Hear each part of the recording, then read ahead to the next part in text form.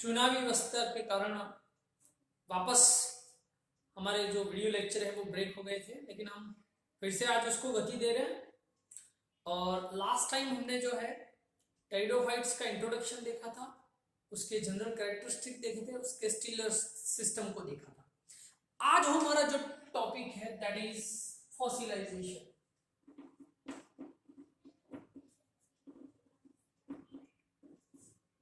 जिसको हिंदी में कहते हैं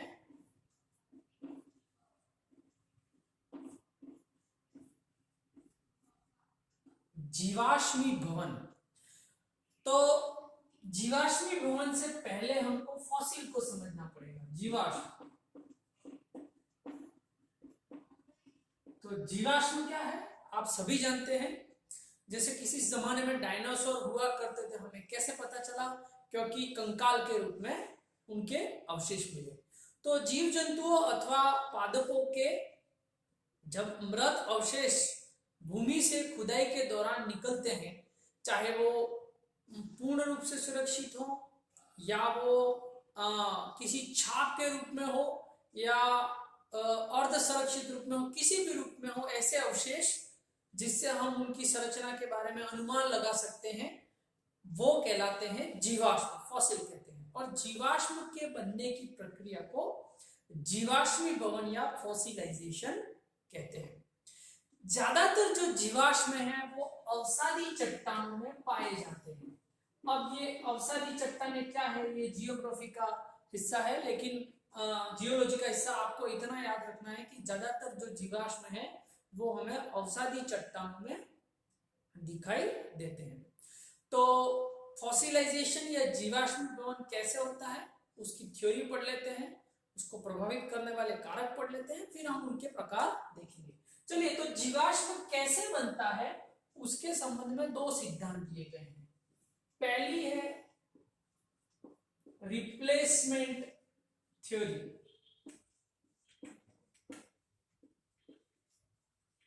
हिंदी में इसको कहते हैं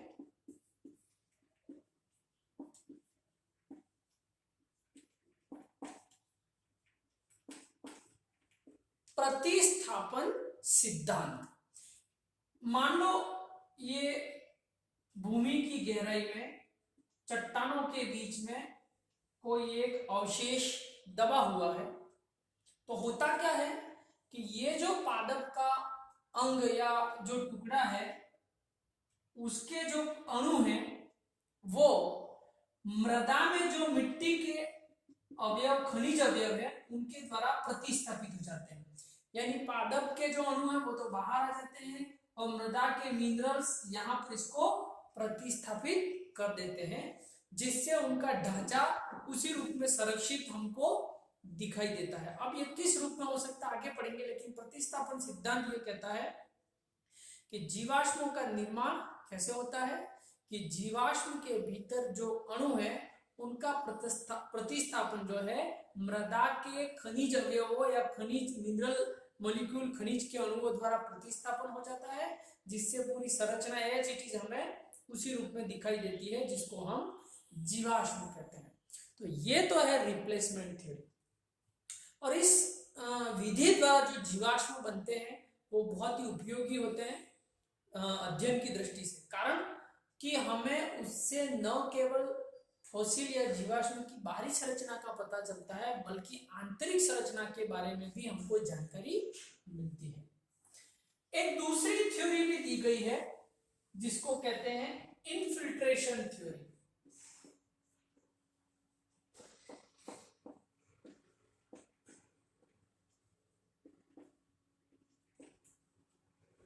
इसको कहते हैं अंतःनिस्यंदन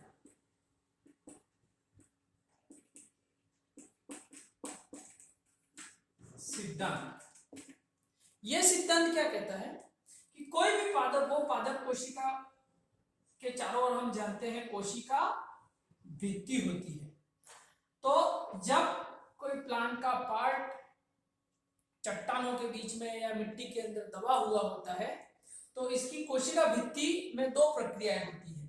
या तो मृदा से कुछ खनिजों का इसमें रिसाव होता है, फिल्ट्रेशन होता है, या यहां पर कुछ यौगिकों का अवक्षेपण होता है। यहां पर ध्यान देना, दो प्रक्रियाएं होती है, या तो इनफिल्ट्रेशन होता है जिसको कहते हैं अंतः निस्यंदन, या दूसरी प्रक्रिया होती है अवक्षेपण,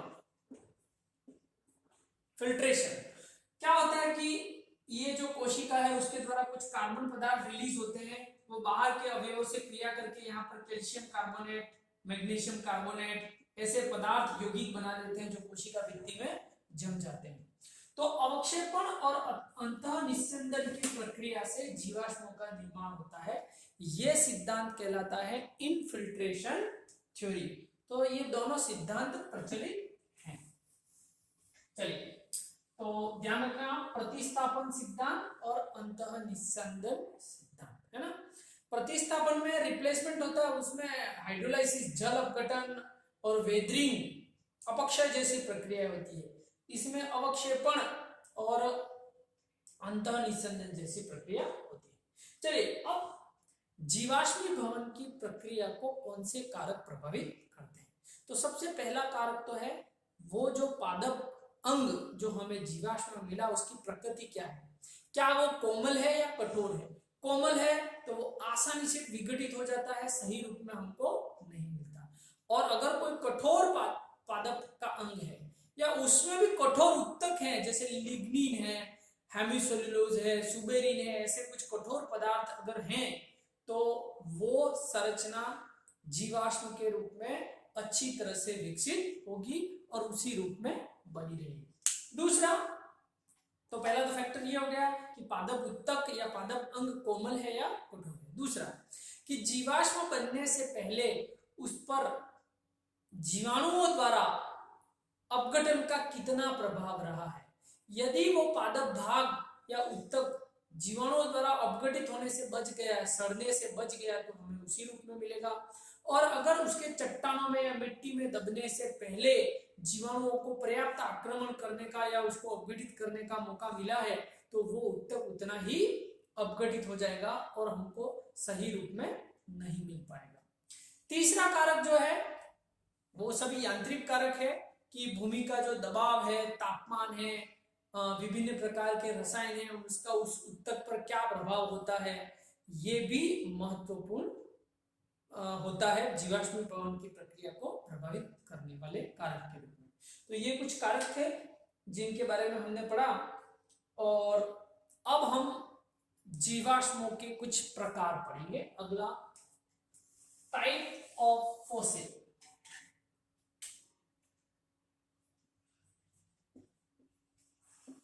टाइप्स ऑफ फॉसिल। चलिए, तो हम सारे एक साथ में लेकर एक एक करके हम पहले पढ़ते हैं। सबसे पहला है संपीड जीवाश्म।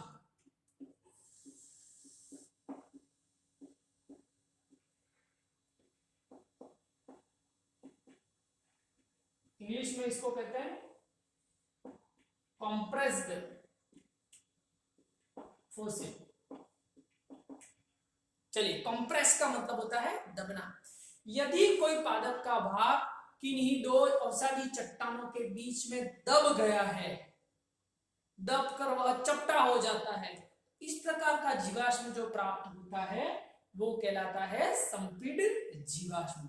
अब ये अलग बात है कि दबने के कारण उसकी मूल रचना है वो विरूपित भी हो सकती है, बिल्कुल चपटा फ्लैट रूप में हो जाता है, और कई बार तो विघटित होकर एक केवल कार्बन की परत के रूप में हमको दिखाई देता है। तो यहाँ पर जो मुख्य कारक है वो है दबाव, दो परतों के बीच में किसी जीवाश्म का दबना और उससे उसका चपटा होना। इस प्रकार के जो जीवाश्म बनते हैं दैट इज संपीडित जीवाश्म।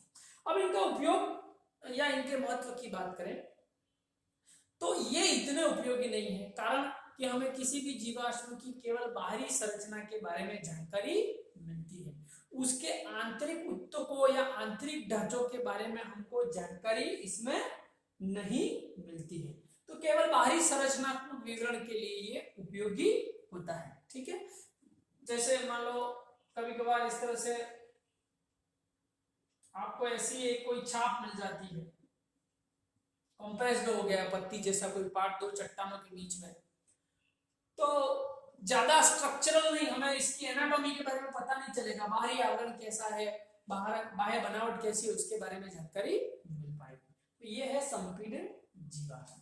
चलिए दूसरा हिंदी नाम जो इसको कहते हैं अश्मीभूताश्म, इंपॉर्टेंट है ये।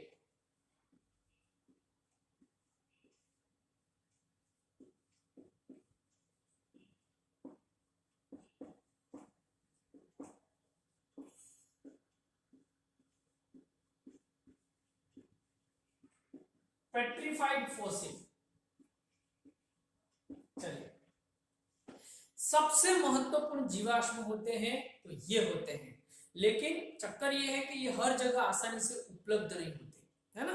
ज्यादातर जहां पर वोल्केनिक इरप्शन होते हैं, ज्वालामुखी जो होते हैं, या जो शेडी और डैम्प एरियाज है, वहां पर ये पाए जाते हैं, कम मात्रा में पाए जाते हैं, लेकिन ये महत्वपूर्ण होते हैं। कारण इस प्रकार के जीवाश्मों में आंतरिक और बाह्य दोनों संरचनाएं हम देख सकते हैं।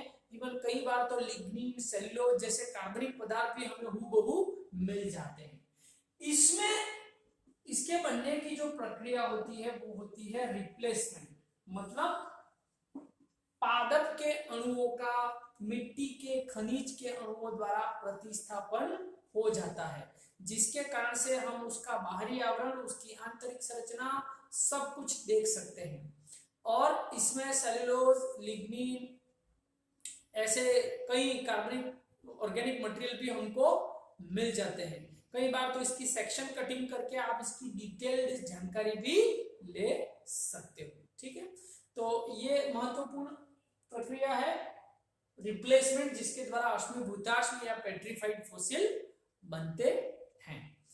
तो अध्ययन की दृष्टि से सबसे ज्यादा महत्वपूर्ण, लेकिन उपलब्धि इनकी कम होती है। और ज्यादातर जो वोल्केनिक इरप्शन या ऐसे एरियाज हैं जहां पर जीवाणुओं का प्रभाव कम रहा है, फॉसिल जो है वो डिग्रेड होने से बच गए हैं, ऐसे स्थानों पर ये ज्यादातर दिखाई देते हैं, ठीक है। तो ये है हमारे दूसरे प्रकार के जीवाश्म। चलिए तीसरा, हिंदी नाम अजीब है इनके थोड़े, इसलिए मुझे देखना पड़ता है, मैं भूल जाता हूँ हिंदी नाम। पर्पटाश्म, पर्पटाश्म।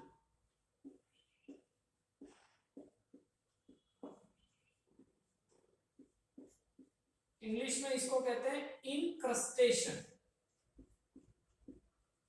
चलिए इनक्रस्टेशन में क्या होता है, मान लो ये जीवाश्म है, तो उसके चारों ओर मृदा में उपस्थित जो खनिज हैं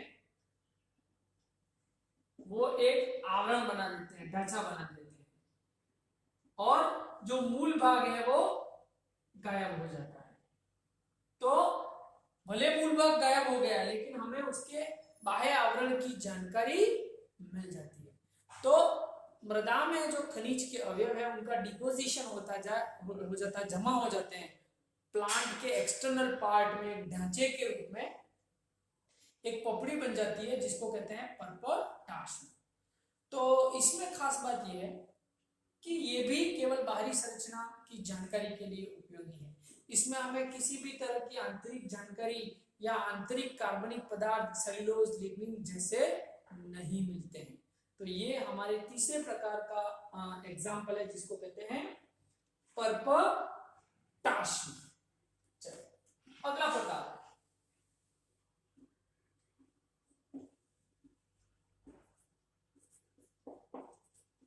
मुद्राश्म, इंप्रेशन।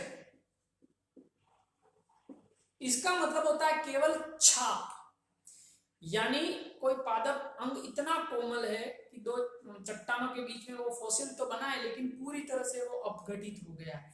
अब केवल उसकी छाप उस चट्टान में हमको दिखाई देती है, किसी भी तरह का कार्बनिक पदार्थ हमको दिखाई नहीं देता। तो जो छाप के रूप में फॉसिल प्राप्त होते हैं, दैट इज मुद्राश्म, इंप्रेशन कहलाते हैं।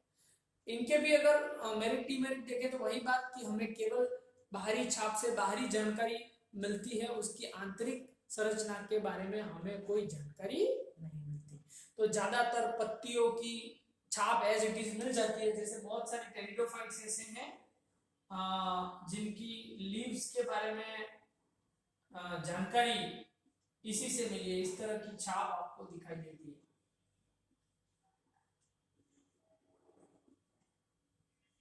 किसी भी तरह का कार्बनिक पदार्थ इसमें हमको दिखाई नहीं देता है।